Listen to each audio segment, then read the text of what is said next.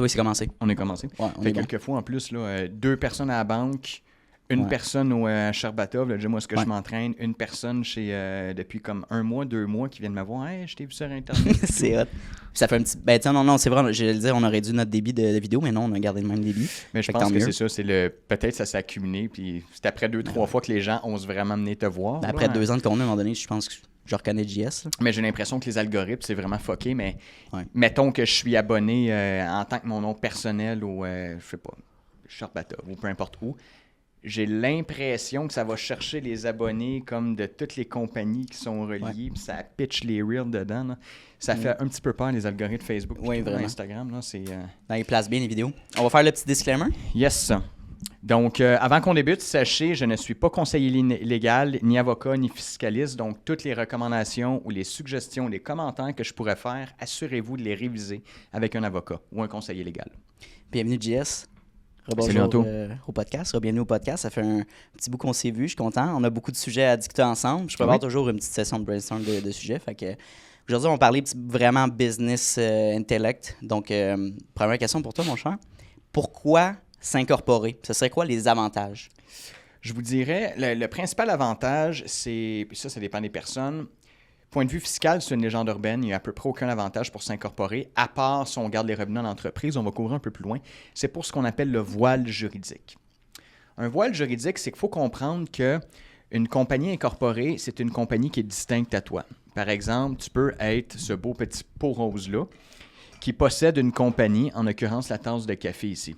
Si la tasse de café se fait actionner parce que, je ne sais pas, il y a quelqu'un qui a glissé ou il y a un des employés qui, pour X raison, il a empalé avec un balai un client, bien, la poursuite, elle va s'arrêter à la tasse, qui est une entité complètement distincte. Donc, tous les actifs que tu possèdes personnellement ne sont pas touchables. Il y a des exceptions dans des cas que l'actionnaire principal fait de la grosse fraude ou des crimes ou peu importe, mais c'est pour la protection juridique. On appelle ça un voile juridique qui est très simple.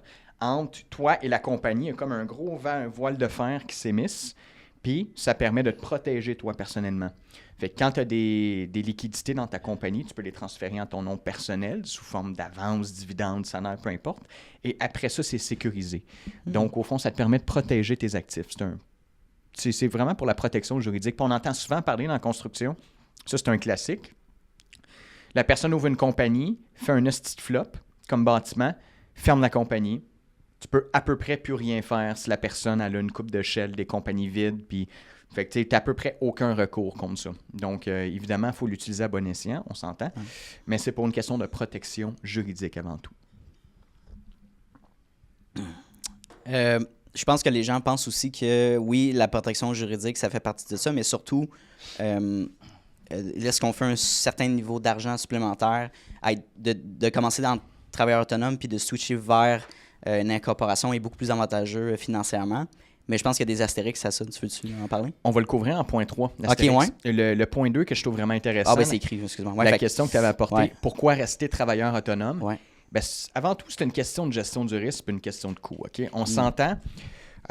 Tout dépendamment de ce que tu fais aussi, si tu es consultant, tu sais, les gens, des fois, qui sont, par exemple, ergothérapeutes ou des choses de même, est-ce que le risque... Un professionnel. Oui, c'est ça. Il y a des risques qui ne sont pas nécessairement... Il n'y a pas vraiment de risque. Souvent, des compagnies qui sont plus, exemple, dans l'apprentissage avec les enfants. C'est un exemple qui me vient en tête parmi tant d'autres, mais tu ne peux pas vraiment causer la mort là-dedans, on s'entend. Il y a peu de chance. Quand c'est une compagnie qui possède un actionnaire, puis c'est une activité qui est à faible risque, qui soit pécunier, santé ou physique, je vous dirais rester travailleur autonome parce qu'il faut comprendre que s'incorporer, il y a des coûts d'incorporation, il y a des coûts de gestion pour gérer le livre, il y a des coûts d'impôts. Il faut faire affaire avec un fiscaliste. C'est pas monsieur, madame, tout le monde peut faire des rapports d'impôts à la fin d'année. Fait que là, on se ramasse à 5 à 10 000 par année là, de frais, là, dépendamment de la grosseur, la structure, et etc. Fait que c'est sûr que quand vous partez au début puis il n'y a pas vraiment de risque en tant que tel, là, je vous dirais de rester travailleur autonome. Là, c'est pour une question financière, pour sauver de l'argent. Puis, ça serait pas mal ça. Là. Je vous dirais que le barème serait, quand vous considérez que votre activité commence à être risquée, soit parce que vous avez trop d'employés ou que la nature des activités, allez-y avec une incorporation. Oui, puis je pense en tant que travailleur autonome, tu peux pas non plus engager des employés. Techniquement, il faut que tu aies deux sous-traitants, whatever, mais une incorporation va pouvoir justement engager puis faire des T4 avec des employés à l'interne. Tu pourrais engager des employés en étant une entreprise qui est enregistrée. Donc, tu n'es pas un travailleur autonome, tu n'es pas incorporé. Un enregistrement, ça coûte 70 Un NEQ, dans le fond, ce que tu veux dire? Oui, tu as un NEQ, Ouais, mais quand tu es ENR, enregistré. OK, Donc, il y a possibilité de faire ça, mais tu n'as pas le voile juridique. C'est en ton nom personnel. C'est plus Donc, risqué. le risque demeure. Ah, tu vois, c'est une précision que je savais pas. C'est-tu plus avantageux de rester salarié comme à l'interne dans une entreprise ou justement de devenir travailleur autonome? Fait que, est-ce que c'est une question c'est toi qui es 100%, c'est toi qui es capable d'aller chercher le plus de revenus possible versus salarié, tu es limité à un certain montant sauf l'augmentation. Donc, c'est quoi un petit peu la perspective de ton côté pour ça? C'est sûr que, bon, avant de s'attaquer au point de vue financier, on va s'attaquer au point de vue humain. En étant employé, salarié, tu as une sécurité d'emploi que tu n'auras jamais en tant que travailleur autonome. Okay? Donc, partant de cette prémisse-là, à peu près 90%, 95% du monde ne devrait pas être travailleur autonome. Ça serait préférable que vous restiez employé. Ah ouais. Okay. Bon, on met le côté humain vraiment à part. On parle point de vue financier. Ouais. Salarié, tu vas avoir des cotisations souvent que l'employeur va mettre. Tu vas souvent avoir des REER, tu vas avoir le RRQ, etc., qui vont te permettre d'avoir une pension de vieillesse, que les avantages ne sont pas les mêmes quand tu es travailleur autonome. Fait que, oui, tu vas être capable de facturer plus à l'heure travailleur autonome, mais il faut comprendre que tu n'as pas de déductions à la source qui vont être avantageuses quand tu vas être rendu à ta retraite, etc. Souvent aussi, quand tu es salarié, ben, tu te casses la gueule, tu as la CNES qui couvre. Ou tu as l'assurance d'entreprise, tandis que travailleur autonome, il y a des assurances, mais très peu de travailleurs autonomes s'assurent adéquatement. Puis, dernièrement, les modalités de la CNES avaient un petit peu changé, mais tu n'étais pas couvert là, quand tu es travailleur autonome. Donc, personnellement, je vous dirais, restez salarié, puis quand vous voulez jumper, sautez en Inc. Pensez pas de salarié à travailleur autonome à Inc. Directement faire... Je dirais de faire le step. Ouais. Parce qu'en réalité, on va se le dire. Salarié, tu as un client. Travailleur autonome, si tu es toute seule, puis tu as 3-4 clients, 5-6 clients, c'est un petit peu le même traitement que tu es comme un employé déguisé quand tu es travailleur autonome parce que ça reste que tu fais la job avec ton propre temps. Ouais. Quand tu tombes compagnie incorporée, donc quand tu es rendu entrepreneur, là, je fais une petite nuance. Là. Il y en a qui vont me dire je suis travailleur autonome dans une compagnie incorporée. Oui, mais c'est comme pas une business de travailleur autonome dans une compagnie incorporée. Tu es un travailleur autonome. Quand tu as une business, tu as une équipe. Il y a de l'impartition de tâches, il y a de la division de tâches, il y a d'autres personnes qui t'aident. Fait que, bâtissez votre petite business en étant salarié 40 heures semaine, employé. Engagez votre premier, deuxième, troisième employé, puis ensuite Inc., compagnie incorporée, puis embarquez dans Inc. Passez pas par le statut de travailleur autonome. J'aimerais qu'on fasse une précision au niveau du revenu, d'être rendu au point que c'est avantageux de switcher comme incorporation. Ouais. Donc, moi, je me suis fait dire, Anto, dès que tu fais 100 000, incorpore-toi. Anto, attends pas avant de faire 300 000 pour t'incorporer. Anto, actuellement, tu fais ce revenu-là, incorpore-toi live. Puis je suis comme, mais qui suivent? Qui a raison là-dedans? C'est assez compliqué, mais tu as deux types de revenus quand tu es dans une compagnie incorporée. Tu as le revenu qui est passif, on va dire le revenu passif. Tu es imposé à 50% plus quelques poussières, okay, qui est le taux d'imposition pas mal marginal le plus élevé que tu peux avoir en étant employé. Okay. Fait que c'est une légende urbaine de 100 000 par année incorpore-toi, c'est la bullshit. C'est pas vrai, c'est pas du tout vrai. Bon. Si on suivrait vraiment cette logique-là, pour avoir le même taux d'imposition, il faudrait regarder dans la fourchette, là, mais je pense que ça serait plus autour de 250-300. Fait que mettez vraiment ce volet-là de côté. Ouais. Où est-ce que ça peut... Par contre, quand tu as une compagnie qui est un revenu d'entreprise exploité activement, ton taux d'imposition est beaucoup plus bas. Il navigue entre le 20 et le 30 % dépendamment de ton plafond des affaires. Là. Versus au personnel, ça ressemblera à quoi? C'est plus élevé que ça, généralement, au personnel. Ton taux d'imposition, c'est progressif au Canada, donc ça part quand même assez bas. À 0 % c'était à... En bas de 30 000? Non, en bas de 25 000. Comme 14-15 000, je me souviens plus. Là. Ouais. Puis ça y va graduellement, c'est progressif. Ça, d'ailleurs, la légende urbaine de « je n'accepterai pas l'augmentation parce que mon taux d'imposition, je vais en payer plus », c'est faux, c'est progressif. Si la barrière se fait à, je dis un chiffre comme ça, 50 000, puis quand tu arrives à 50 000 et 1 $, tu ne te fais pas manger avec l'impôt sur tout le 50 000 et avant. C'est ça. C'est sur le 50 000 et 1 $ et plus. Donc, évidemment, j'ai fait une fourchette ronde pour que vous compreniez.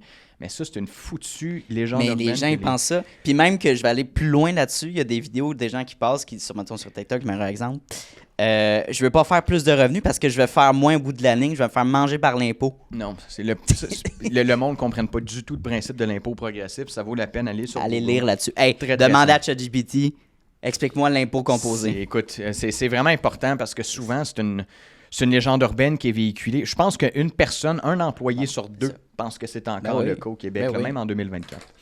Donc, où est-ce que ça peut être vraiment avantageux pour s'incorporer, en fait? Je vais vous l'expliquer. C'est lorsque vous n'avez pas besoin de tous les revenus pour vivre. Okay? Je vais prendre mon exemple. Dans mon entreprise, je ne me verse pas de salaire. Donc, évidemment, si j'étais un travailleur autonome ou salarié, si j'étais un travailleur autonome, mettons une compagnie enregistrée, je serais imposé sur tout le revenu que je fais à un taux marginal, à un taux élevé, un taux de probablement 50% dans mon cas.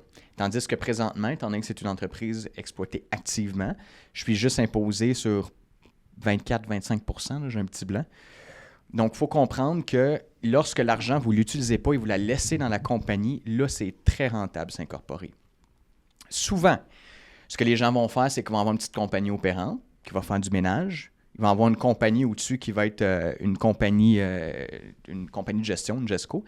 Puis, ils vont transférer de l'argent. Puis, la compagnie d'au-dessus va acheter de l'immobilier, par exemple. Fait que ça, c'est sous réserve là, du revenu protégé. C'est ce qu'on appelle un dividende interco, qui est... il n'y a pas d'impôt là-dessus. Donc, ça veut dire que tu prends l'argent de la compagnie qui est généré, tu l'envoies en haut, il n'y a pas d'impôt qui se fait, puis tu achètes de l'immobilier. Fait que tu comprends-tu à quel point c'est un outil qui est puissant? Wow. Fait que ça, puis je vous suggère, lorsque vous allez vous partir en business, partez de la prémisse que vous allez être gros, puis partez de la prémisse que vous voulez une fiducie, puis de l'immobilier, puis des actions, puis des placements. Une petite compagnie incorporée en bas, avec ce qu'on appelle, on appelle ça une OPCO là, dans le terme juridique, puis une GESCO, une compagnie de gestion par-dessus, puis transférez vos liquidités. Même principe que j'expliquais tantôt, le voile juridique.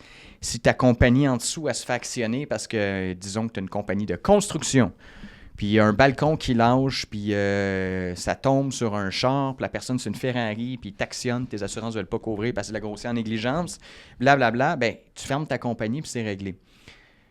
Puis, si tu as transféré l'argent en haut dans ta compagnie de gestion, cet argent-là n'est pas saisissable. Donc, d'où l'importance d'avoir plusieurs compagnies et un système qui est précis. C'est rough, hein, comme matinée, comme contenu. C'est très, très, très technique. Fait que disons que tu as vraiment... n'importe qui veut se lancer en affaires a l'envergure de faire beaucoup d'argent. Donc, dans cette lignée-là, le chemin intelligent, ça serait jamais, OK, compagnie de gestion, aller acheter de l'immobilier. Toutes les grandes richesses, même Luc Poirier en parle. Luc Poirier, il est parti en immobilier, mais il y avait des compagnies opérantes en dessous. Lui, il a transféré cet argent-là dans ses compagnies immobilières, puis après, il est devenu promoteur. Je pense à Schiller. Schiller qui fait les stars. Lui, il y a une compagnie opérante qui fait des stars. Okay. Schiller La Vie, qui sont deux acteurs qui sont très, très lourds dans le coin de Masson puis le Vieux-Montréal. Ouais. C'est des forces tranquilles, ces bonhommes-là. La Vie parle un petit peu plus, mais Schiller, c'est... Écoute, il y a à peu près 1,5 milliard d'actifs immobiliers. Personne n'en parle. Là. Il y a probablement des parts dans cette taux-là, puis tu n'es même pas au courant. Là. Mais lui, il y a une compagnie qui est cotée en bourse, qui a beaucoup de liquidités. Il achète de l'immobilier avec ça. Fait que c'est tout le temps de même. C'est très rare, les compagnies d'immobilier qui sont juste en immobilier et qui performent bien. Souvent, il y a une activité connexe. Ça peut être du flip immobilier. Right. Ça peut être un paquet d'autres entreprises qui vient chercher du cash flow. Exactement, parce que l'immobilier, c'est à long terme. Fait que ça ne permet pas une croissance rapide de par elle-même. Ouais. Idéalement, il faut que tu aies une autre source de revenus qui vient soutenir ça. Ça sécurise les banques, ça accélère l'accumulation de ton capital pour pouvoir acheter, etc. Mais oui, dès que vous partez, think big, c'ti. Comme dit Elvis Gratton. Think big, Think big, c'ti. Partez une petite compagnie, mais pas la prémisse qu'il va y avoir des millions là-dedans. Prenez le temps de faire la structure au début avec un avocat. Oui, ça va vous coûter 5-6 000. Ben oui, mais ça va vous éviter de l'impôt, du stress, et etc. J'ai une question, je pense, pour faire un peu l'avocat du diable aussi, là, intéressant. Mais fait que tu as le placement immobilier que tout le monde dit, dont toi, que c'est le move à faire, versus le placer dans des REER, mettre cet argent-là placé. Le REER, bon... Premièrement, pour avoir un REER, il faut que tu aies un salaire. OK? Fait que faut que tu te verses un salaire, pas de dividende. Donc, le REER, j'ai jamais été un fanatique des placements à la bourse parce que le rendement, il n'est pas très élevé. Mais. Versus l'immobilier, par contre? L'immobilier, c'est beaucoup plus élevé en termes de rendement. Là. Okay. Mais, le placement à la bourse, c'est vraiment la seule chose qui est complètement passif. L'immobilier n'est pas passif, là. C'est vrai. À moins d'avoir des positions très passives que tu fais juste injecter de l'argent et tu as une équipe active qui gère tout. C'est pas passif. Même si tu as juste des condos, même si tu as un 6 qui est neuf, même si il y a tout le temps du trouble. Il y a le TAL, il faut que tu ailles collecter. Il y a la tank à eau chaude, que c'est tout le temps le samedi soir à 10h qu'elle pète la tank à eau chaude. Pas de danger que ce soit le mardi à midi. Hein? Ben non, samedi, c'est tout le temps de même, OK? Fait que... Right. Tout ça pour dire... C'est pas passif. Le REER, en fait, mêlez les deux. OK? Il y a 3 types de produits que les grandes richesses ont. Les assurances avec portion participative, qui est un outil financier qui est comme tellement méconnu, mais tellement puissant. Condition, avoir une compagnie incorporée qui génère beaucoup de cash flow. Si vous voulez des contacts, faites-moi signe. J'en connais une excellente que j'ai dans mon portefeuille. Deuxième, c'est les REER, CELI, CELIAP, toute cette cochonnerie-là. Puis le troisième, c'est tout ce qui est des placements immobiliers ou des placements sur le marché dispensé. Donc, faites un mélange. Tu sais, mettez pas vos œufs tous dans le même panier. Là. C'est très bon de faire des mélanges. Je peux avoir beaucoup de placements à la bourse. Tu prends des marges. La marge va servir en mise de fonds pour l'immobilier, etc. Fait que faites des mélanges. Ça sort pas de nulle part quand on dit diversifier ses investissements. Là. D'y aller all-in immobilier ou versus y aller placement, le mieux, c'est d'avoir un half-and-half. Ben, tu vois, ou un certain pourcentage. Si je regarde, moi, mon portefeuille, comment il est fait de répartition d'actifs, j'ai à peu près 80% de mon actif net qui est en immobilier. OK. Peut-être 10% qui est la valeur de mon entreprise incorporée. Puis le reste, c'était comme simili-liquide. Quand je dis simili-liquide, c'est des actions à la bourse dans des FNB. Un CELI qui est maxé, évidemment, un REER qui est maxé. C'est ça. Si jamais vous avez des enfants, un REE qui est maxé, pour l'amour du bon Dieu, maxez-le à 2500 par année. REE, régime d'épargne d'études. Ça aussi, c'est assez fou. Là. Le gouvernement donne tellement d'outils incroyables pour être riche. Là. Tu maxes ton CELI, tu maxes ton REER, tu maxes ton REE, tu vas être multimillionnaire à ta retraite. C'est simple de même, man. Ouais. Simple. Pourquoi les gens n'utilisent pas ces outils-là? Mais souvent, ils les connaissent pas. C'est sûr que c'est plus excitant à aller au bordel un vendredi soir, le bordel de resto. Là. C'est plus excitant d'aller popper une bouteille de champagne au bordel à 200$ que le mettre dans ton REER. J'ai jamais vu quelqu'un faire « Hey, j'ai mis 200$ à mon REER! » Pour les plus jeunes, au shaker. Ouais, au shaker. Fait que je pense que c'est une question de... d'image sociétale présentement. Tu sais, le monde veut beaucoup flasher, puis des CELI, tu peux pas l'afficher sur ton char ou tu peux pas l'afficher. Un CELI maxé.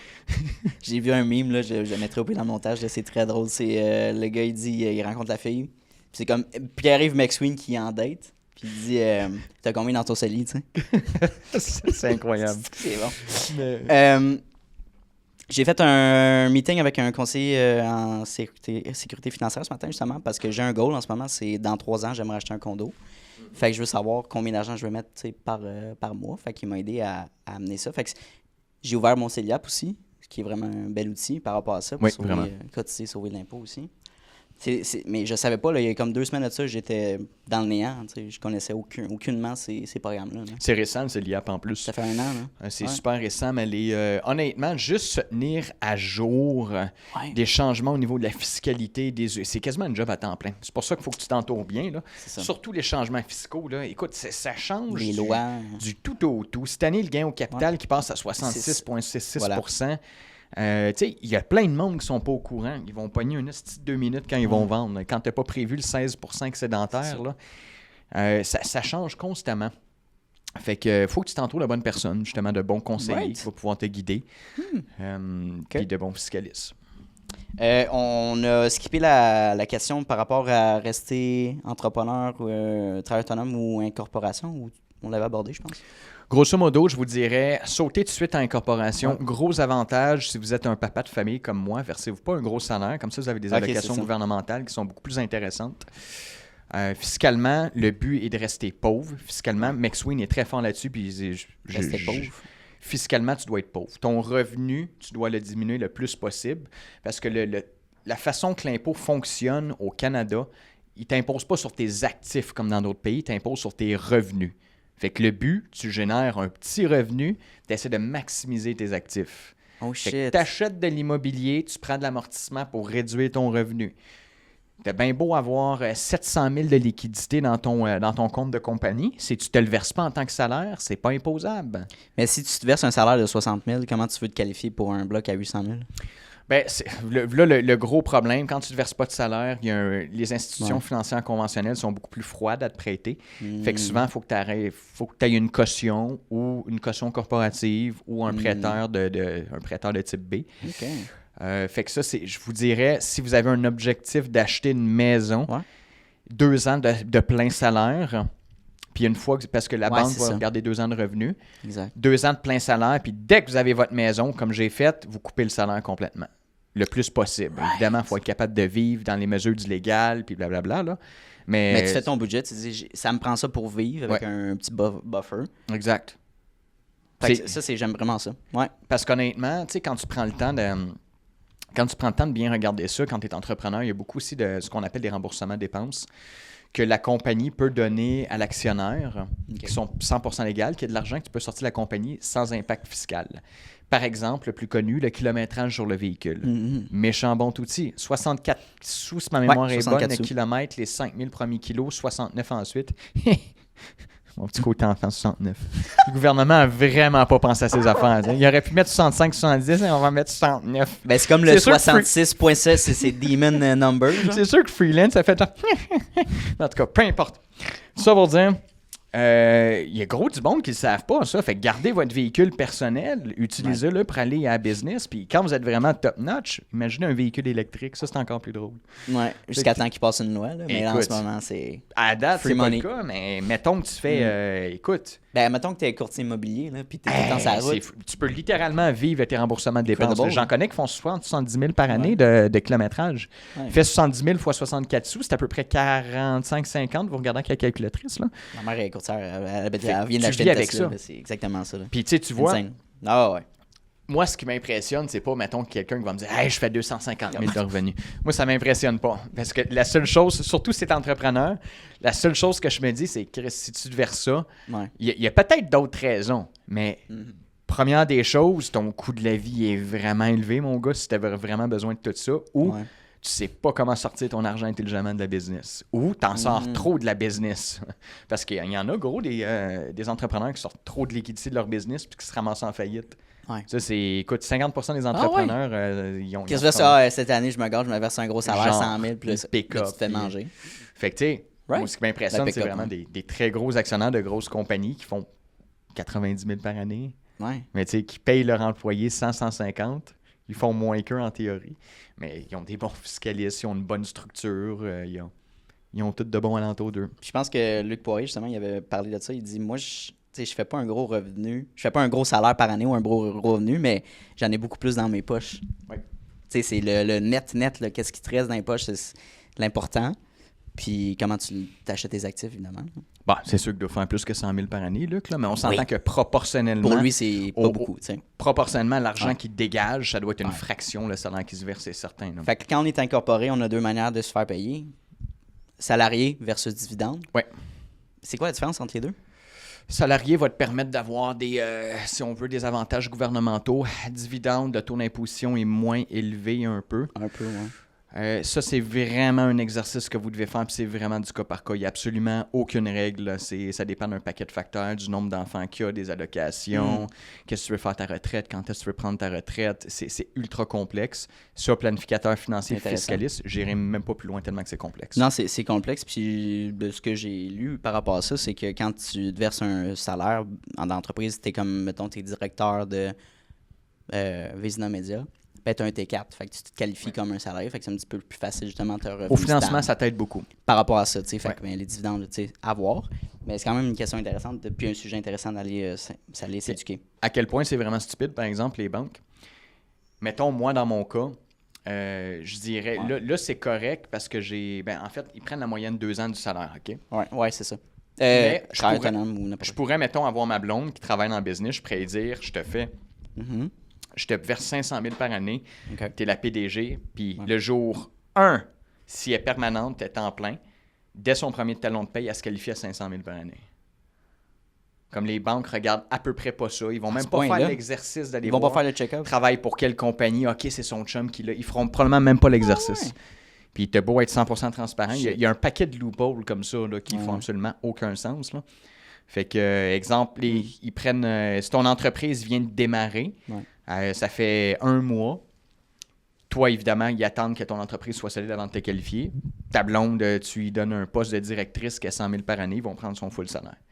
Tu vois, fait que là...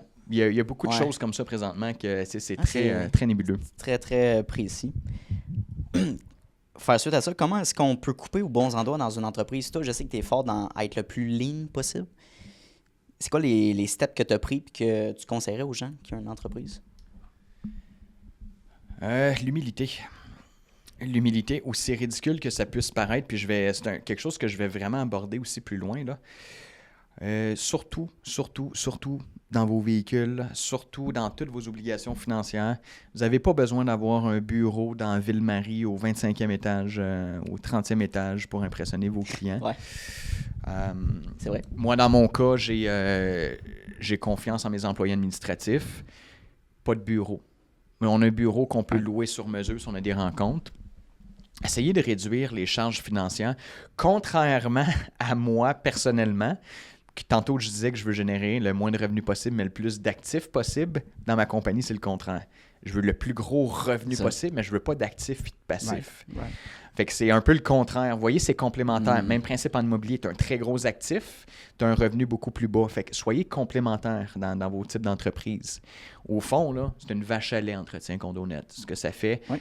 Mais c'est la pointe du iceberg. Il y a une très grosse structure immobilière, financière en dessous de ça. Il y a beaucoup de placements, des maisons de chambre, du multilogement, un gros parc. Mais c'est la vache à lait, c'est elle qui feed. Tu sais, mettons que je veux acheter, c'est une bonne caution. Et généralement, les banques font juste prendre une caution corporative sur cette entreprise-là. Si jamais c'est en défaut de paiement, ils prennent les revenus directement de la compagnie. Fait que, écoute, c'est en ligne. Peu importe, j'achète quoi. OK, tu veux mettre une caution? OK. Signe-là. Je vais t'amener une situation par rapport... puis je vais l'amener contextuellement avec mon entreprise de podcast.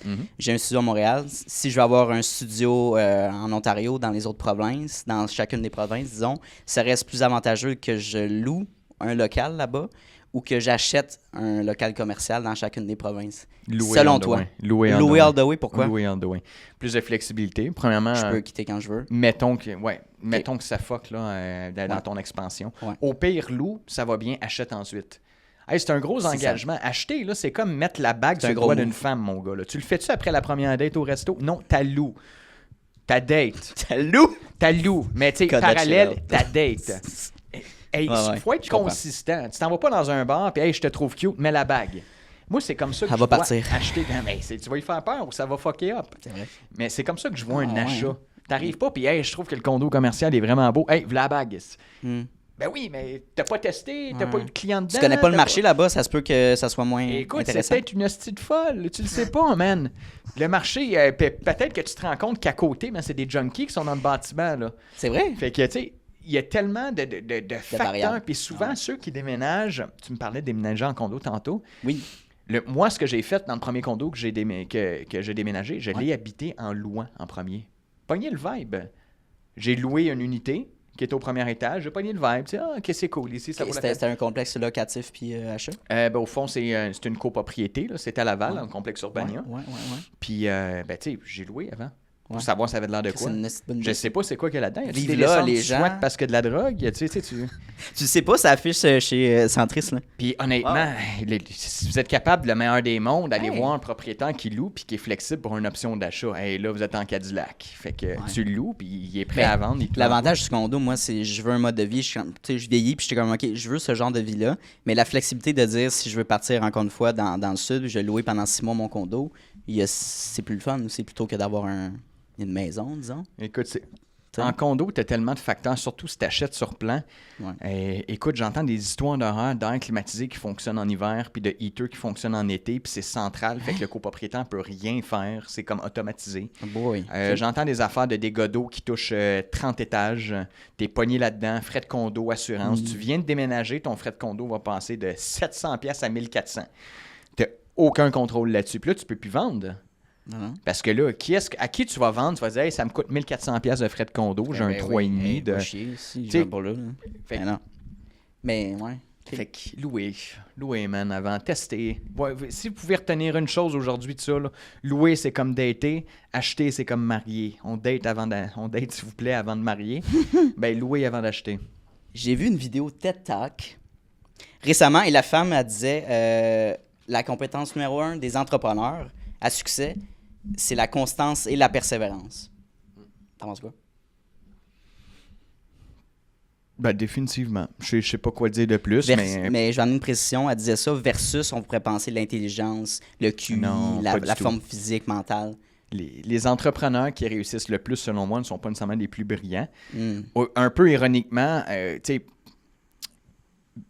Bill Gates expliquait qu'il engageait, lui, du monde qui était plus brillant que lui en dessous de son équipe.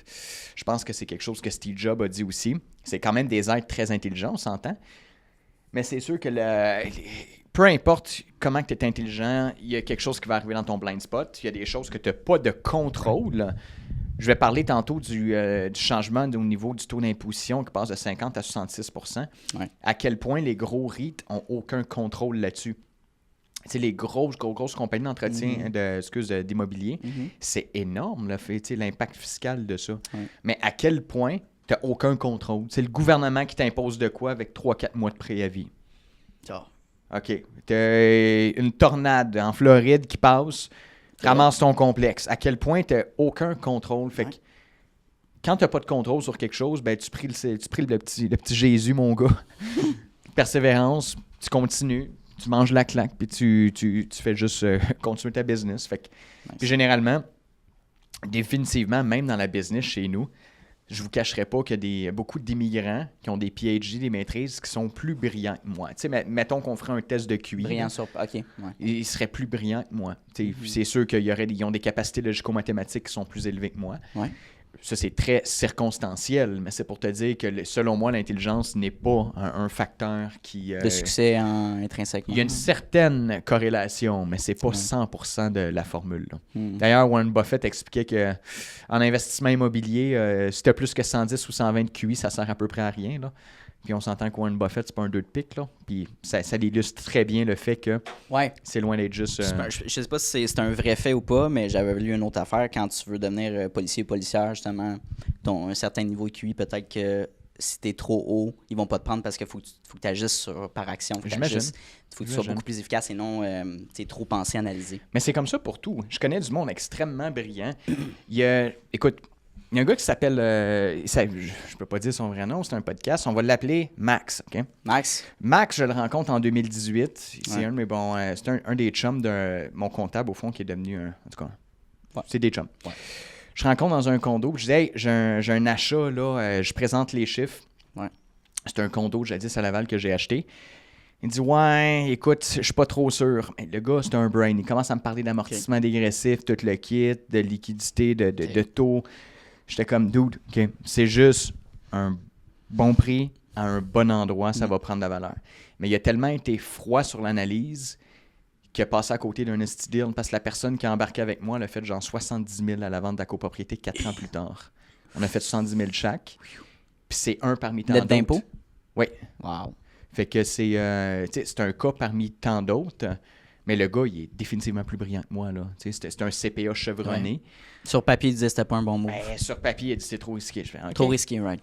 Trop risqué. Je préfère pas de trouble. Mais tu sais, puis des condos comme ça, durant ma phase d'acquisition de 2016 puis 2019-2020, j'en ai acheté 20, 18, 20, 18, 19, 20 là, dans ces eaux-là. Là, j'ai un petit plan. Puis il y a un de mes partenaires qui lui a embarqué. Il m'a jamais challengé. Je l'ai rencontré à l'école, OK? Dans un cours de comptabilité. Lui, ça la donnait qu'il avait eu comme un héritage anticipé. Puis, il aimait le vibe. Okay. Il a fait son due diligence quand même. Il aimait le vibe. Il a embarqué avec moi. Il a fait à peu près un demi-million là, dans les quelques copropriétés qu'on a achetées ensemble. Là, les, je sais pas, 6-7. Liquide, cash. Puis, encore plus... On a un autre projet, les maisons de chambre. Il embarque all-in. Ah oui, Tout qu'est-ce qu'il a gagné... Avec moi, il réinvestit dans le projet. C'est incroyable. Le gars, il est brillant, mais il suranalyse pas. Il fait confiance. Il a fait le ses gut feeling, il ne faut pas négliger ça. Il faut être intelligent au bout de la ligne, mais... C'est tout le temps une question de ballon, mon gars. Il ne faut pas être trop rationnel, il ne faut pas être trop émotif, il faut se tenir au milieu. Ouais. Parce que si tu es trop rationnel, c'est pas compliqué, tu vas paralyser. Comme tu disais, analyse par analyse. Tu sais, c'est... Puis au contraire, c'est sûr, si tu sautes dans n'importe quoi avec n'importe qui. C'est ça, exact. Fait que c'est tout le temps une question d'équilibre, man. C'est comme ça dans tout. C'est une réponse poche, mais c'est la vie. Plus tu vieillis, plus tu te rends compte que l'équilibre, c'est important. Les excès, là, sans farce, là, peu importe t'es de quel côté de la ligne, ça finit tout le temps par être problématique. Puis, en réalité, je pense qu'en vieillissant, que l'équilibre, c'est quand même très le fun aussi. Ben, c'est nécessaire. Je veux dire, toutes les natures et les cultures en parlent, que ce soit le yin et le yang, le bien ou le mal. Tu sais, le démon puis Dieu. Allez écouter Star Wars. Aussi, la force. Puis, tu sais, tout est une question d'équilibre. Exactement. Après 6 ans d'affaires, ça a été quoi ta plus grosse leçon?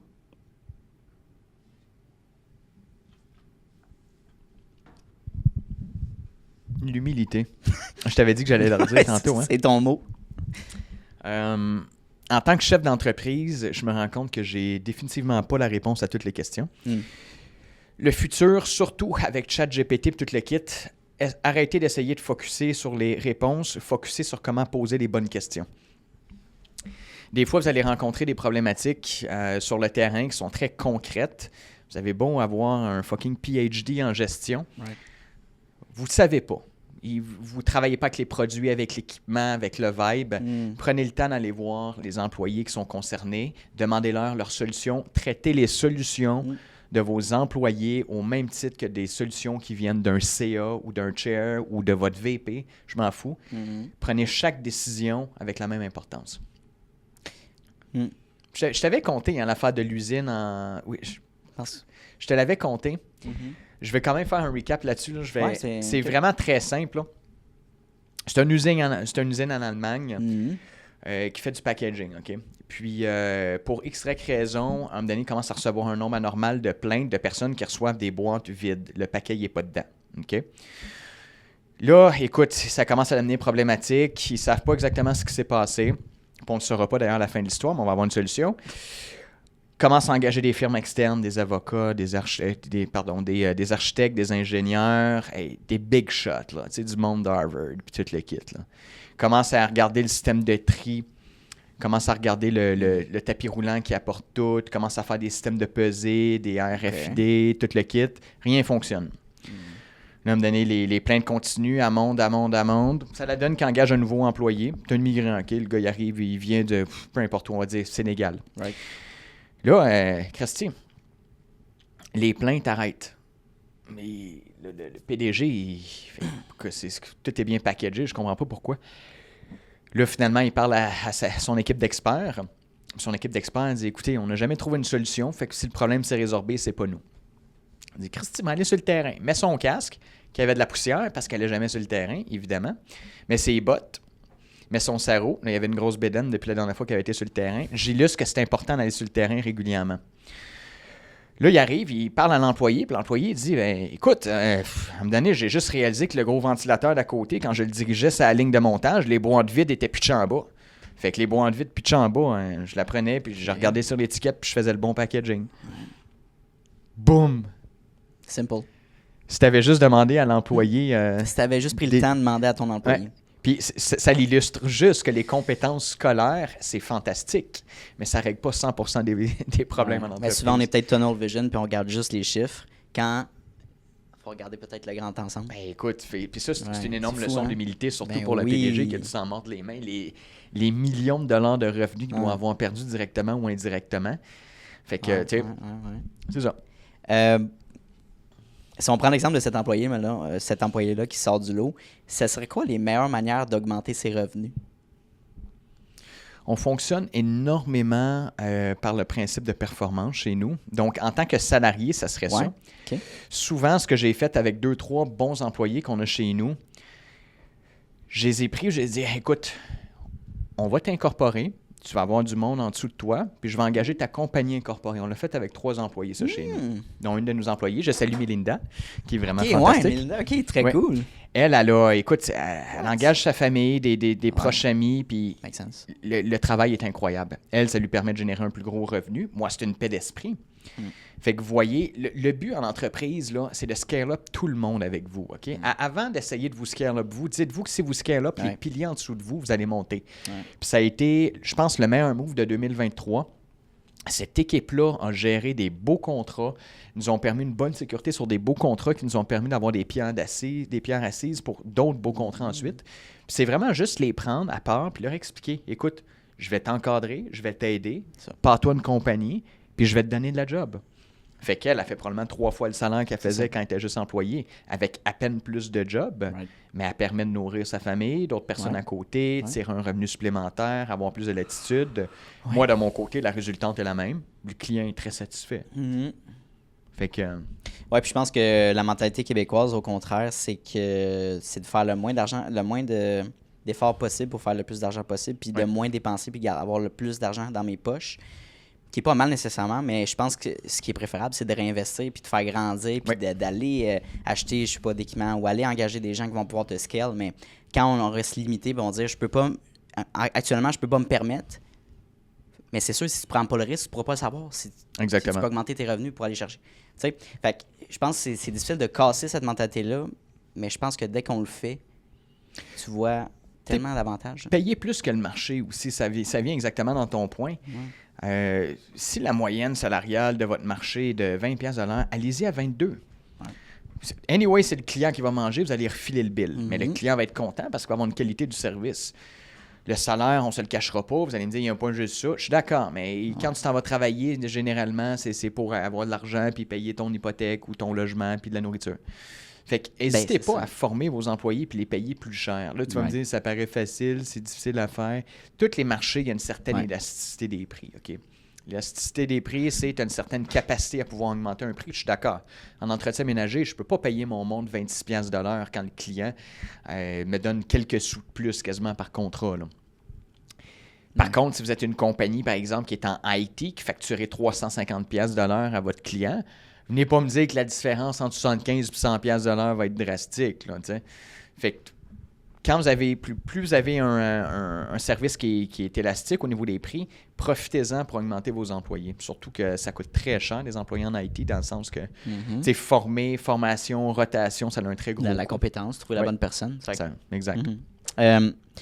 C'est-tu encore possible? En fait, on va parler un petit peu plus d'immobilier, dans le fond. Comment on fait pour trouver un bon deal immobilier? C'est plus difficile que c'était. Oui. Entourez-vous bien. Là. Je te dirais, moi, il y a une personne avec qui je me suis entouré initialement. J'ai eu ma phase du condo. Là, pour mettre un peu en contexte, j'ai acheté des copropriétés de 2016 à 2020. En 2020, j'ai commencé à refinancer toutes les copropriétés, puis j'ai ensuite pris les liquidités pour investir en multilogement. Et ensuite, les liquidités en multilogement, je les ai pris pour investir dans les maisons de chambre. Puis évidemment, tu conserves l'immobilier, c'est vraiment avec les refinancements que tu fais ça. Et quelques ventes ici et là, mais entourez-vous de quelqu'un qui va être capable de mettre, de mettre, comment on dit ça, les mains à la pâte. Ouais. Dans le temps multilogement, moi, c'était quelqu'un qui s'appelait Robert Richard, qui m'a permis d'avoir Bob, mes 2 premiers multis avec lui et un autre partenaire. Puis ensuite, il y a quelqu'un d'autre qui s'appelle Joël, au fond, qui est un partenaire avec qui j'ai beaucoup, Joël et toutes les compagnies, les autres associés. Je ne sais plus combien de portes qu'on a avec, là. Honnêtement, je ne fais même plus le compte. Mais c'est un peu la même chose. Les deux avaient déjà une expertise. Je suis déjà arrivé avec une position qui était très passive. Moi, j'ai eu la chance parce que le côté actif, je l'ai fait en copropriété. Fait que je suis arrivé avec beaucoup de liquidité et j'ai pu rentrer passif. Mais entourez-vous de personnes qui sont déjà compétentes dans le domaine. Ayez pas peur d'aller les voir en réseautage, ces personnes-là. Là. Ils vont pas vous manger. Là. Le pire qu'ils vont vous dire, c'est non, j'ai déjà assez de partenaires. Mais souvent, ces personnes-là ne se limitent pas. Fait que s'ils peuvent avoir un partenaire de plus, ils vont embarquer parce qu'ils savent que c'est un projet de plus qu'ils vont pouvoir en mettre. Fait que ce genre de personnes-là, entourez-vous d'eux. Fait que trouvez des partenaires qui sont actifs, qui ont de l'expérience. Qui ont de l'expérience sur le marché. Partez pas 3 gars qui n'avaient jamais mis les pieds en immobilier ensemble. Ça va pas bien finir, je te le promets. De base, si tu n'es pas manuel ou que tu connais... Tu n'as pas d'expérience de gestion locative ou de relations humaines, que tu es vraiment, mettons, comptable, là, 100%. Vous êtes 3 comptables, à un moment donné, ça va tourner en rond. Je pense qu'il manque peut-être certaines compétences. Là. C'est surtout tout ce qui est présentement le TAL, le tribunal administratif du logement, puis la SCHL, le financement, c'est rendu extrêmement complexe. Tu as beau le savoir en théorie, si tu n'as pas quelqu'un qui a plusieurs financements en arrière de la cravate, ou qui n'a pas plusieurs dossiers au TAL qui a été faire, ça va être problématique. Fait qu'allez pogner quelqu'un qui est déjà battle-tested, qui a déjà testé le champ de bataille, puis tu vas avoir une certaine sécurité. Là. Nice. OK. C'est quoi la pire erreur financière que quelqu'un peut faire dans sa vie? L'humilité. C'est rattaché à ça. Je te dirais, il y en a 2. Essayez pas d'impressionner les autres. Là. A.k.a. vos dates. Là. c'est chill à amener une date à 500$ ou 1000$ le repas, mais si t'en as pas les moyens, c'est une semaine, 2 semaines de travail ensuite. Tu trouves ça un peu plus dole. Fait qu'en réalité, ce que tu pognes avec cette date-là, c'est que pour 30 minutes de plaisir, vous allez échanger 40 ou 80 heures de job. Apprenez à comme temporiser l'argent. Moi, c'est la leçon que j'ai appris. Ouais. Mettons que tu achètes un char. Ouais. Oh, Christy, il y a 4000 heures de travail pour pouvoir me permettre ce char-là. Oh, ça équivaut à 4000 heures? Mettons, là, je dis un exemple, là, j'ai pas calculé. Mais disons, là, fait que quelqu'un qui travaille pas, qui travaille autonome ou qui a une entreprise qui ne check pas ses heures, ben essaie d'évaluer quand même. Ben oui, absolument. Mais Puis mettons, là, tu le vois, là. mettons un salarié, OK? On va faire un chiffron qui gagne 20$ de l'heure, il entre sur le marché dans peu importe le domaine, peu importe. Il s'en va au resto, ça coûte 100$. OK, avec le type tout. Puis ça, écoute, t'as plus grave. Passe un repas pour 2 avec genre une petite coupe de vin, 100$ maintenant. Là. Pas mal, ouais. C'est 5 heures de job. Ça veut dire que. Ouch! Ça veut dire que ton lundi matin, de 8h à 1h, ça va être juste pour ta date de vendredi, de 8h à 9h. Là, mettons qu'il y a une petite demi-heure après que vous avez été à Netflix and chill. Pour 1h30. On s'entend-tu que... Puis ça, pas rentable, boys. C'est des petits... c'est des petits montants. Ouais. Mais mettons, je te sors un 300-400$, qui souvent, c'est du monde à 20$ de l'heure qui font ça. Là. T'es comme Christy. Mais c'est ce qu'ils ne calculent pas, évidemment. Là. Ben, après impôt, c'est une semaine. Fait que, bon, essayez pas d'impressionner les autres. Je vais le répéter. Les hosties de chars de luxe, là. Les vêtements de luxe, là. Hey, j'ai vu une greluche il y a pas longtemps, là. Mon monsieur, s'il n'y a pas une machine de luxe, puis il n'est pas ice up. Je l'ai vu! J'espère vraiment que c'est un sketch. J'espère que c'est un personnage. Mais souvent, ce l'est pas. Hey, j'ose. Et quand j'ai écouté ça, j'étais flabbergasté. Ouais. Et j'étais ice up, il faut qu'il soit ice up. Puis elle parle niaiseuse en plus, c'est incroyable. Fait que, ben, tenez-vous loin de ce genre de personnes-là, mais un char, c'est... Puis, écoutez, un char, c'est vrai. Tous les banquiers vont vous dire la même chose. Si vous voulez vous acheter une maison, ayez pas de paiement de char. C'est la pire dette que tu peux avoir sur papier aussi. Mais c'est absolument la pire dette parce que ça l'amortit, ça perd. Il y a une dépréciation de l'actif qui se fait à une vitesse grand V. À part si vous avez des autos de collection. Là. Mettons, la collection si de vous êtes Poirier, mais là, vous n'êtes pas là. Puis c'est ça, exactement. À part de très rares cas. Puis d'un autre côté, si tu as une Bentley et tu fais 1 million par année, c'est correct. Yep. Soyez raisonnable. Okay? Si votre char vaut 50 000, vous en faites 30 000 par année, il y a un problème. Okay? Je suis vraiment désolé. Là. Honnêtement, je vais être bien franc avec toi. Là. Tu devrais pas, en 1 mois de salaire annuel, tu devrais être capable de payer ton char. Peut-être 2. Si tu veux vraiment être conservateur. Puis il n'y a jamais personne qui est mort d'être roulé dans une Tercel, qui est en ordre, mettons. Là. Je ne dis pas si les freins lâchent, là, mais... Ouais. Comment, si les gens ils vont faire, hey, là, cette année, je sais pas, je fais 100 000, 150 000 par année, ou même, mettons 75 000. Je peux bien me gâter, m'acheter un char 40 000. Ça, en plus, là, c'est pas tant réaliste parce que le salaire moyen, ça me fait capoter. Là. Le monde différencie le salaire moyen du salaire médian, okay? Ce qui est majeur en statistique. Je vais vous dire, c'est quoi une médiane? Une médiane, tu prends 100 personnes, c'est la 50e personne. Ça, c'est une médium. Les problèmes des moyennes, c'est que la personne qui est à 0, qui fait le moins d'argent, fait 0$. Mais la personne qui est à... Le groupe de personnes qui sont à 90%, qui font 3, 4, 500 000, 1 million par année, les exceptions, ils fuck les statistiques bien raides. Prends, mettons, une personne qui fait 1 million de salaire sur un échantillon de 100 personnes, ça fuck ta moyenne de comme 10-15 000. Fait que le salaire moyen n'est pas 60 000 par année. Ben, c'est ça qu'ils disent. Ils disent le salaire moyen. C'est 52 000 au Québec. Le salaire moyen, mais le salaire médian, il est genre 46-47. Là. Ouais. Puis ça, on n'oublie pas. Ça inclut tout le monde qui sont en fin de carrière. Fait que ça inclut celui que ça fait 30 ans qui est à la même place. OK? Ça inclut celui qui travaille, les migrants qui travaillent 90 heures semaine à temps et demi, temps double, etc. Ouais. Quand tu normalises tout ça, que tu fais salaire médian, mettons, t'entres sur le marché, attends-toi pas à faire ces 47 000 par année dans la plupart des métiers. Là. À moins que tu sois hautement scolarisé, mais les métiers qui sont plus manuels, on exclut la construction et tout, il faut juste être réaliste, il faut faire attention. On va finir, on y reste un petit 10 minutes, on va finir avec des questions couple, mon cher. On va prendre un exemple de quelqu'un. Formule polie de ferme ta gueule, on n'a plus grand temps. On est timé. OK, let's go. quelqu'un qui est marié, qui a une femme, qui a un mari, est-ce que je devrais me partir en business avec ma femme? Hell no! Non. Hey, guys, vous voulez pas... Ouais, je suis surpris. Votre blonde ou votre chum, ça doit être votre havre de paix. Oh. Tu sais, le soir, quand vous avez fini de travailler, vous avez une vie... La vie d'entrepreneur est extrêmement stressante, là. Le taux de suicide chez les entrepreneurs est affreusement élevé. Le taux de dépression est affreusement élevé. La dernière chose que vous voulez, surtout quand vous avez 2 morveux ou un parent qui est malade, c'est de le soir, encore parler de job avec votre blonde parce qu'elle est en compagnie. Pour moi, l'équilibre, là, c'est vraiment... Puis je suis de même avec ma conjointe aussi. À partir de l'heure du souper, tu as 5 minutes pour parler de ta job, mais après, je veux plus qu'on parle de Puis ça. ça fonctionne relativement bien? Oui, relativement. Okay. Puis écoute, si les deux, vous avez une business, puis la business va mal, question de gestion de risque, les deux, vous perdez votre job, mais c'est que vous ne serez jamais capable de déconnecter. Vraiment. Le mix parfait, selon moi, c'est un des deux qui est entrepreneur, puis l'autre qui travaille au gouvernement. Parce qu'on dit, si tu es entrepreneur, il faut que tu trouves ta seconde moitié, il faut qu'elle aussi soit entrepreneur. Ou qu'elle supporte, ou qu'elle ait sa propre entreprise de son côté. Vous ayez deux entreprises mélangées à faire. Mais dans le même business. Ouais. Même, je te dirais que j'ai eu quelques points, là. J'ai eu des investissements avec mon père, puis ça a été problématique. Si ça avait été un actionnaire régulier, je l'aurais actionné, sérieusement. Oh, shit. On a eu des petits litiges. Fait que, tu sais, essayer de splitter. Ton père? Oui. Mais tu sais, mon père, il est très rationnel, très by the book, puis c'est un comptable. Okay. Moi, je suis un investisseur, je suis un entrepreneur. Je me fous de savoir l'argent qui est dépensé, je regarde juste ce qui est revenu. Lui, focusé sur l'argent dépensé. Okay. Mais ça aurait été vraiment une tangente complètement différente. Puis à un point tel, on a dit que ça a mis un gros froid dans la relation.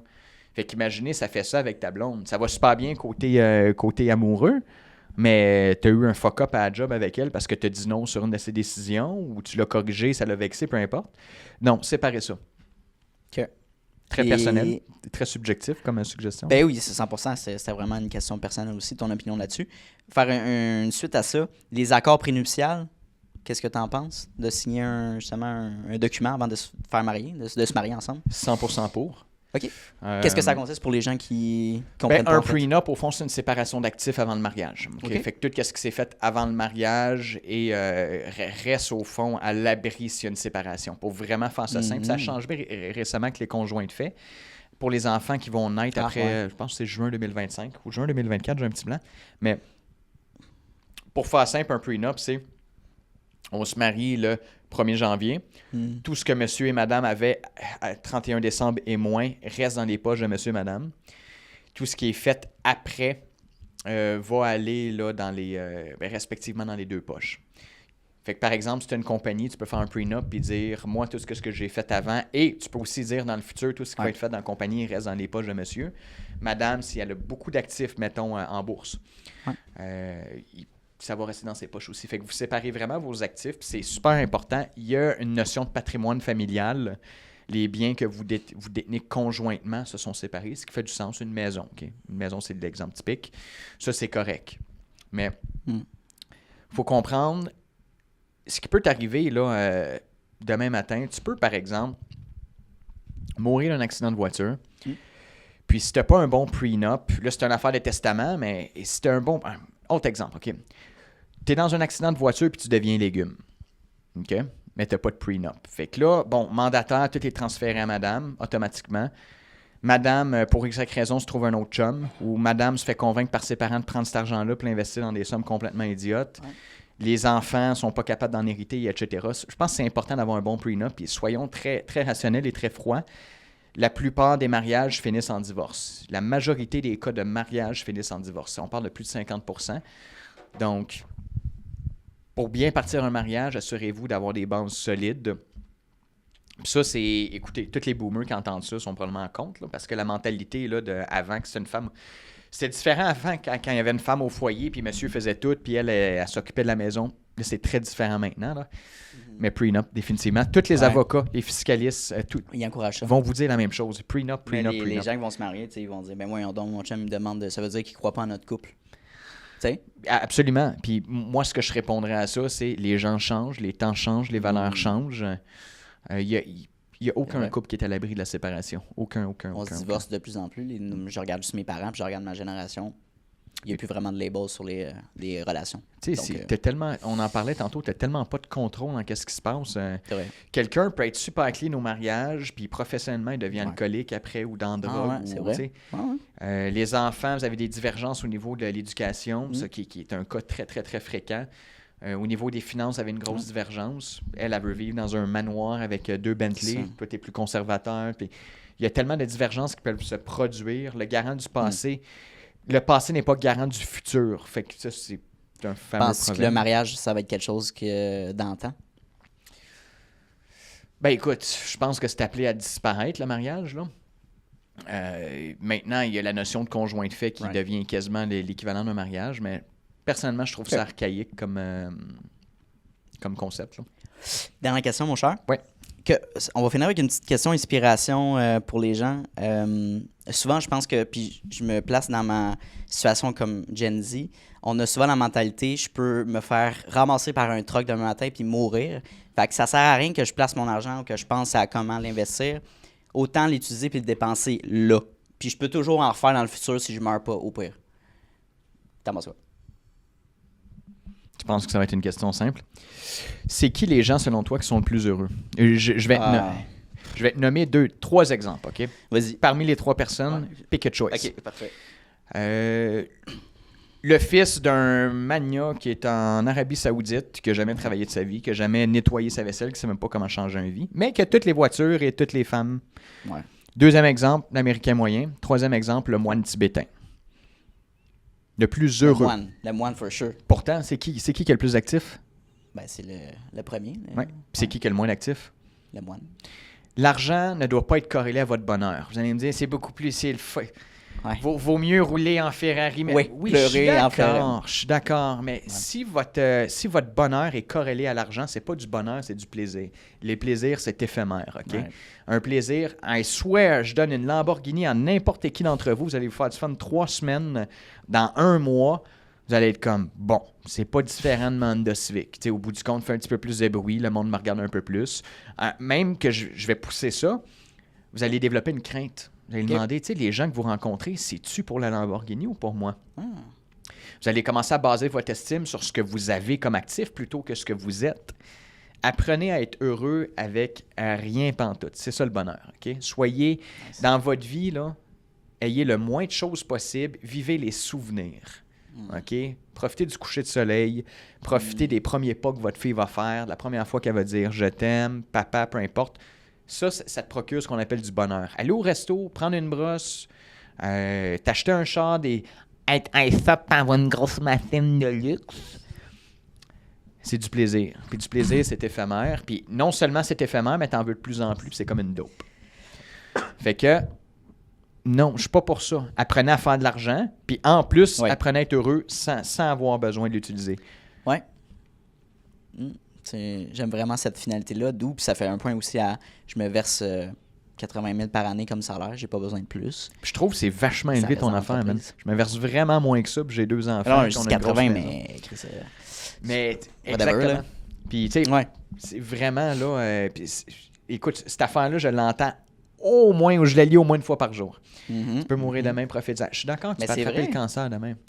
Tu sais, tu peux attraper le cancer demain, mais que tu ailles une Lamborghini, tu vas quand même l'avoir ton cancer, OK? On peut-tu s'entendre? Tandis que si tu as fait un bon capital, ben Christy, quand tu vas partir du cancer, au moins, tu vas savoir que ta blonde puis tes enfants vont être capables de, vivre, vont être capables de garder la maison, vont être capables de tout. Moi, je pars tout le temps de cette prémisse-là. Si je meurs demain matin, je veux que mes filles puissent aller... Écoute, à n'importe quelle école qu'elles veulent, je veux qu'elles puissent se concentrer sur ses études. Je veux que ma blonde puisse avoir l'énergie puis pas le stress financier. Imagine, tu viens de perdre ton chum puis en plus, tu as le stress financier de perdre ta maison. Fait que prévoyez donc pour les prochaines générations puis apprenez à être bien avec ce que vous avez, le moins possible. J'ai rien à dire de plus. Merci encore, JS. Fait plaisir. C'est un plaisir. C'est vraiment trop cool. Drop the mic. Oui, non, t'as plaît dans mes mains. JS. C'est quoi la première chose à planifier avant même de vouloir acheter un bien immobilier? C'est quoi la première chose à faire? Bien, je te dirais, les banques, qu'est-ce qu'ils vont regarder en premier? C'est l'individu. Fait que je fais le parallèle avec la fille de tantôt. Assurez-vous d'être ice up pour avoir une belle machine de nom. On va l'appeler soyez sexy auprès de la banque. Ouais. C'est quoi être sexy auprès de la banque? Arriver en crop top? Non, c'est ça. Mais je l'ai essayé une fois, ça n'a pas fonctionné. OK? Pas de G-string, pas de crop top avec votre banquier. C'est avoir un bon crédit, avant tout. Okay.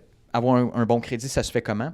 N'hésitez pas à utiliser le crédit, mais assurez-vous d'être entre 25 et 50 % d'utilisation idéalement, 25 à 75 au maximum. Fait que tu as une carte de crédit de 1000 $, assure-toi d'utiliser de 250 à 750. Max-la pas. Assure-toi de payer à temps, puis assure-toi d'avoir plusieurs comptes, comme téléphone, un petit prêt étudiant, 2-3 cartes de crédit, mais assurez-vous que ça soit bien roulé. Donc, montez votre Beacon Score. Deuxième des choses, éliminez les dettes le plus possible. Okay? Paiement de char à éviter. Prêt en général à éviter. Prêt étudiant si vous êtes capable de le clairer. Donc, bon crédit, pas d'emprunt, pas de prêt pour avoir un bon ratio d'endettement et maximiser votre revenu. Ça veut dire que les 2 premières années, là, si vous voulez absolument investir, donnez un go à la job. Travaillez, faites de l'overtime, dépensez pas trop. 4e élément, ayez de l'argent liquide. Moi, c'est comme si on est pour partir ensemble dans une aventure. Je suis la banque, là. Tu arrives, tu me dis, hey, tu me donnes tout, puis on va à Cancun. Ben non, mon gars, on va mettre chacun une portion, là. Tu mets la mise de fonds, je vais te donner le reste. Mais il faut aussi être capable d'avoir une mise de fonds. Ça montre le sérieux, ça montre la discipline que tu as été capable de faire. Non seulement ça montre la discipline, mais ça montre à la banque que tu as été capable les dernières années de piler cet argent-là. Ça veut dire que tu vis pas au-dessus de tes moyens, tu fais plus de revenus que tes dépenses. Bonne cote de crédit. Maximisez votre capacité d'emprunt en réduisant les dettes, en augmentant vos revenus. Mettez une bonne mise de fonds. Même si, hypothétiquement, la SCHL demande 5 %, si vous avez 10 %, ça va juste les sécuriser. Okay? Si la banque en conventionnel demande 20 %, ayez 25-30 %. Super simple. Écoute, c'est une recette simple, mais que très peu de personnes utilisent et comprennent malheureusement. D'après toi, c'est quoi les compétences qu'on n'apprend pas dans les livres ou à l'école quand on veut investir en immobilier, quand on veut commencer à investir dans des biens immobiliers? Les humains. Sérieusement, on ne vous parlera pas à l'école des partenariats qui peuvent mal virer. On ne vous parlera pas des vendeurs qui vont essayer de vous fourrer. On ne parlera pas non plus de la gestion des locataires.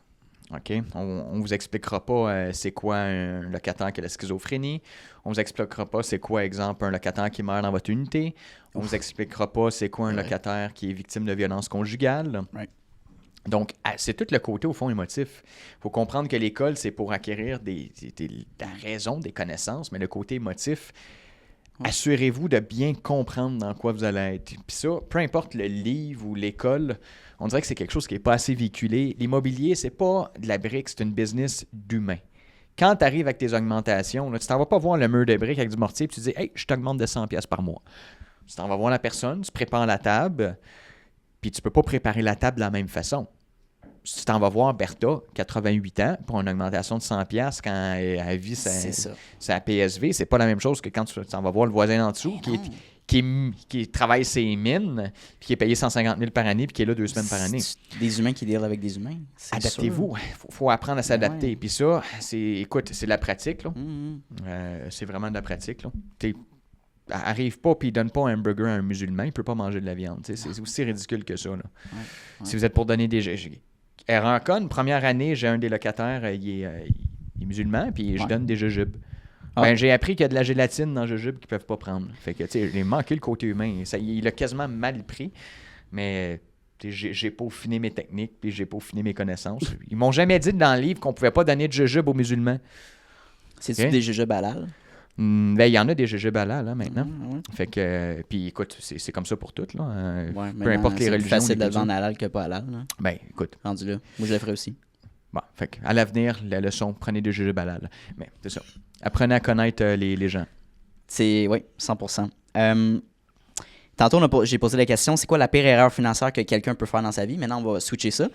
C'est quoi le meilleur move financier qu'on peut faire dans sa vie?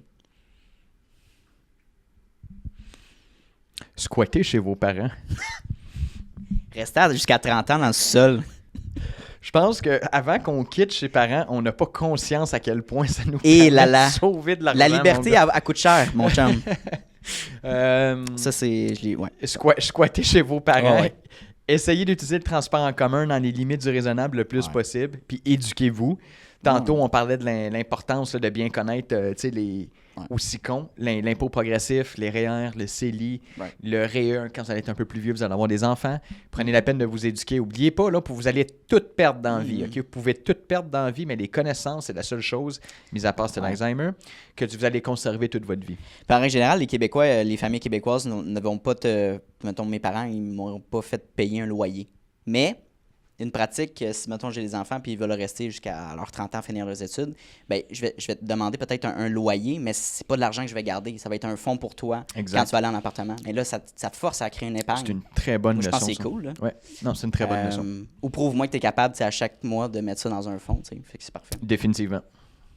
C'est une petite parenthèse intéressante. Non, puis il y a beaucoup, c'est une nouvelle tendance. Il y a beaucoup de plus en plus de parents qui font ça que je trouve vraiment intéressant. Quand tu veux vraiment pousser la loc, tu peux placer cet argent-là aussi. Puis Ben oui, un crime dans un CELI. Moi, c'est ça que mon père a fait. J'ai commencé à travailler très jeune, à peu près à 11 ans. Okay. Puis il me donnait une partie, au fond, de l'argent que un employé normal aurait vraiment été payé. Mais il l'a placé pour moi pendant ce temps-là. Puis cet argent-là, écoute, 15-20 ans plus tard, ça a fait une somme qui a permis littéralement d'acheter une copropriété cash. C'est le fun, ça. Puis, mais tu sais, mon père avait l'intelligence financière de se dire, cet argent-là, je vais le placer dans un compte distinct. Je vais le faire fructifier selon l'horizon nécessaire. Fait que ça a juste été vraiment wise. Parfait. Tu penses quoi des comptes conjoints? Ça vient en parallèle avec comment vous ventilez les revenus pour payer les dépenses familiales. Ça, c'est une question qui tue. Pfff! OK. C'est bon quand les employés, les deux parents sont employés et font relativement le même salaire. Ça peut faire du sens. Quand il y a des grosses disproportions au niveau des salaires, c'est sûr que ça crée des inéquités. Madame est entrepreneur, elle fait... Ben, encore là, OK. C'est une entrepreneur qui fait 40 000 par année, mais qui génère des actifs incroyables parce que, justement, elle garde son revenu bas. Tandis que monsieur, lui, fait à peu près la même somme, mais en étant employé. Fait qu'il se dit, je vais poter 50-50. C'est une façon de voir les choses. Il y a les autres que c'est deux employés qui font 40 ou 50 000 chacun qui potent la même chose. C'est très simple aussi. Moi, je suis un petit peu old school, mais ça devrait être en proportion des salaires. OK? Puis encore là, je mets un bémol. Là. C'est sûr, si le gars fait beaucoup, beaucoup plus que la fille, je trouve pas ça fair non plus que 90% du salaire, ça soit le gars qui le mette. Surtout s'ils sont partis de la même place. Je trouve pas que c'est en fair. Ça, c'est vraiment une question qui est tricky. Le compte conjoint devrait définitivement, selon moi, être juste pour les dépenses familiales. Nourriture, Internet, téléphonie, toutes les choses si vous avez des enfants. Mais c'est la ventilation des coûts là, qui est vraiment tricky. Vous fonctionnez comment? Je vous pose une question, là, honnêtement, à l'auditoire. Là. Comment vous fonctionnez pour poter l'argent dans le compte conjoint? C'est intéressant. J'aimerais qu'on se plug une dernière question. Oui. Juste finir ça à écart. Tu penses quoi, mettons, des gens que moi, j'aimerais ça investir au Costa Rica, investir en immobilier dans d'autres pays que le Canada? Bon, j'ai 2-3 personnes dans mon Facebook qui justement véhiculent ça, là, notamment aux États-Unis. Ouais. Je trouve qu'on a un très bon marché immobilier au Canada. Là. Je ne verrais pas pourquoi on aurait besoin d'aller à l'étranger. Ma seule crainte en tant que telle, puis c'est mon côté investisseur et entrepreneur qui parle, c'est que tellement de législation qui est différente. Côté légal, j'aurais peur de me faire avoir à quelque part dans le processus ou de me retrouver dans 15-20 ans avec un fardeau fiscal que je pensais pas avoir. Right. Je serais pas game, personnellement. OK. All right. Cool. Seems fair. Ah! Excuse-moi, Antoine. On est dans le flow. Là. J'ai une dernière question. Oui. On finit toujours nos podcasts avec un conseil général qu'on aimerait donner à notre audience. Qu'est-ce que tu conseillerais aux gens qui nous écoutent en ce moment? Ça va être le conseil le plus poche. Travailler, esti.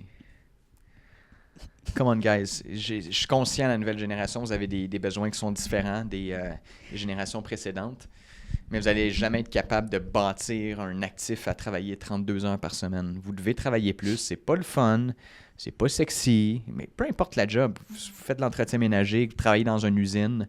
J'ai énormément d'admiration pour les immigrants qui arrivent ici et travaillent 60-70 heures par semaine, se mettent 2-3 puis achètent littéralement un duplex ou un triplex après 2-3 ans.